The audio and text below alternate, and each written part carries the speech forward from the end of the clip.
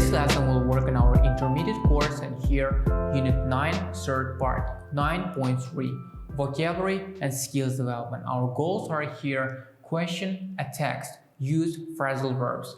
Reading, questioning a text. Exercise 1. Look at the title and photos from a recent blog, and in one sentence, answer the questions. And the question is, what do you think the text is about? Pause the video, answer the question in a written form.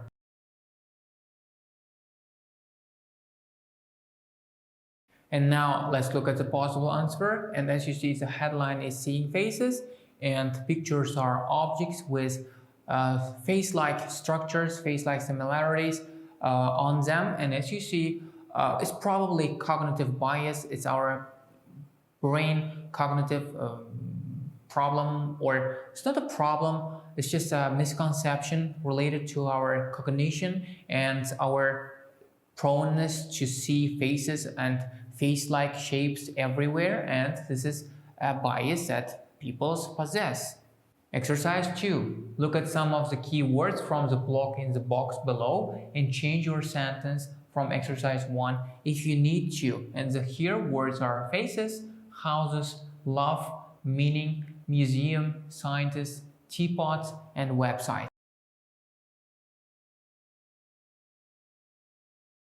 Exercise 3. Read paragraph 1 of the block and think about the question.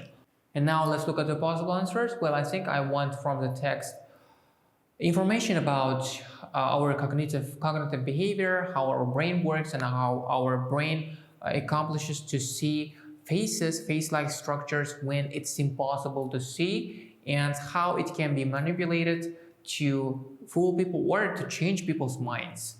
And here, second part, use the photos, keywords, and the start of the block to write a question you want the text to answer. And for example here, which silly things will the text talk about? Exercise 4. Read paragraphs 2 to 4 of the block and see if you are able to answer your question. Exercise 5. Read the information in the Unlock the Code box about questioning a text. Unlock the code, questioning a text. If you ask questions about the text before and while you read it, you will be more likely to understand it. Sometimes the questions will be quite general, and here questions are: do I want to read this text? What is the text about? Is the text going to give me useful information for my job, study, and research? At other times they will be more specific, such as: what is the author writing about? What is the main point he or she is making? And where is the museum or gallery or city? Exercise 6a. Look at the paragraphs 5 and 6 of the block. Which of the questions 1 to 4 do you expect to be answered? And here questions: 1. Which other websites has the writer visited? 2. How does the human eye work? 3. Why do humans like to see faces where they don't actually exist? 4. How do websites attract visitors?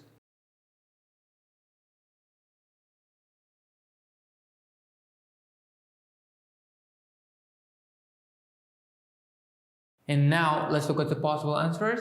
In my opinion, we will find answer to questions 2 and 3, like how human eye works and why human brains like to see faces and are prone to see faces. Exercise 6b. Discuss with a partner. How did you choose? Write 2 more questions you would like the text to answer. Exercise 6c. Read the paragraphs and check if your questions have been answered. Exercise 7. Work with a partner and answer these questions. And questions: 1. Did any part of the block answer your questions? 2. Do you think asking questions before and while you read helps you to understand text better? And now if you have finished, let's look at the answers. As you see, questions 1 and 3 were answered, and the first answer is: the writer has visited other websites to find out more about pareidolia.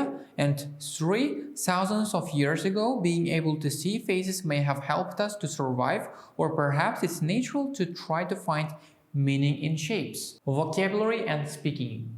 Phrasal verbs, and here we learn more phrasal verbs and improve our vocabulary. Exercise 8. Match phrasal verbs in the bold from the block to their meanings. Pause the video and try to find this of words trying to find these phrasal verbs meanings.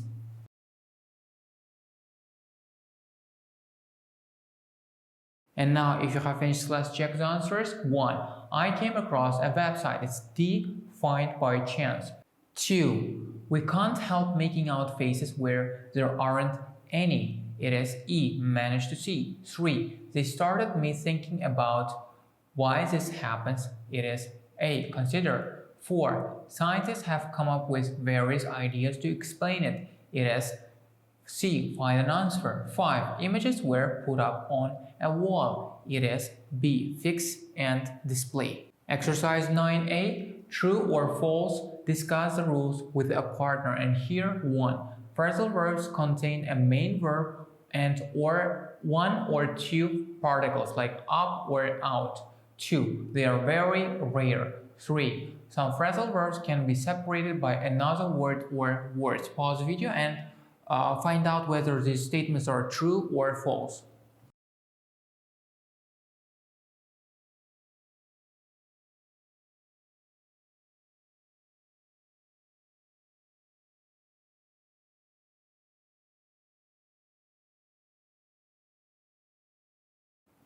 And as you see, the first one is true. There can be more than 2 or 1 particles.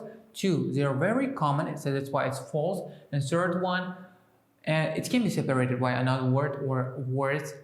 And example is turn the radio on. Exercise 9B. Check your answers in the vocabulary focus box. Make a note of whether a phrasal verb is separable or inseparable when you learn a new one. Vocabulary focus, phrasal verbs. There are many common phrasal verbs in English. The meaning is often very different from the 2 separate words. They contain a main verb and or 1 or 2 particles, prepositions or adverbs. And here examples are: the plane took off at 6:30 a.m. I'm looking forward to the party. And these verbs are often separable. An object pronoun like it, her, or us must come between the verb and the particle. An example is: we looked up the word, or we looked the word up, but we looked it up in the dictionary. And here we cannot say we looked up it. And here if we see pronoun, it must come between the particle and the verb itself. With an inseparable verb, the object always comes after the particle. An example is: we looked after the baby and we looked after him.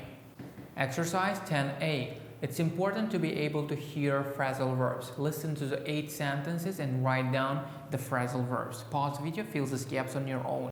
Audio 9.6. 1. The search for the missing climbers went on all night. 2. But in the end, they had to give up. 3. John took up birdwatching in his teens, and he's never got tired of it. 4. Dan takes after his father in looks, but his mother in character. 5. I'm really looking forward to the concert tomorrow. I haven't seen any live music for years. 6. Jill and I get on really well, even though we only see each other every 5 years. 7. Why don't you come round later and we'll watch a DVD? 8. We had to put off the meeting because the projector broke down.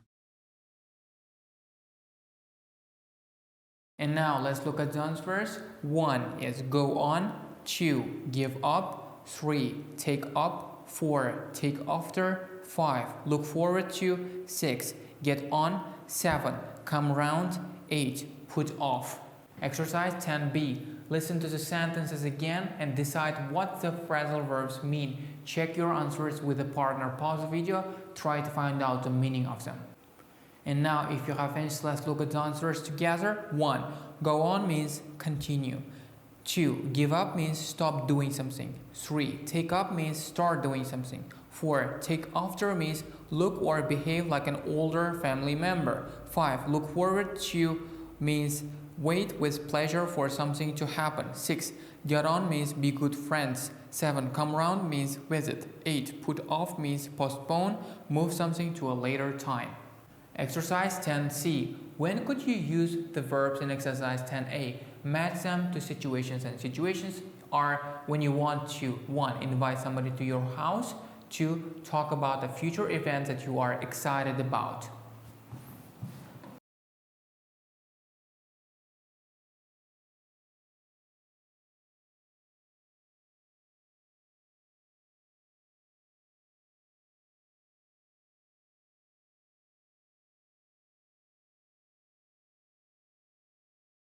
And now if you have finished, let's check the answers together. 1 is come around. 2. Look forward to. 3. Take up. 4. Take after. 5. Put off. 6. Get on. 7. Go on. And 8. Give up. Exercise 11. Task. Write 4 questions using phrasal verbs from exercise 10A. They must be real questions. Ask your partner the questions. Tell the partner, tell the class the most interesting thing you found out. That's enough for today's lesson. See you in the next lessons.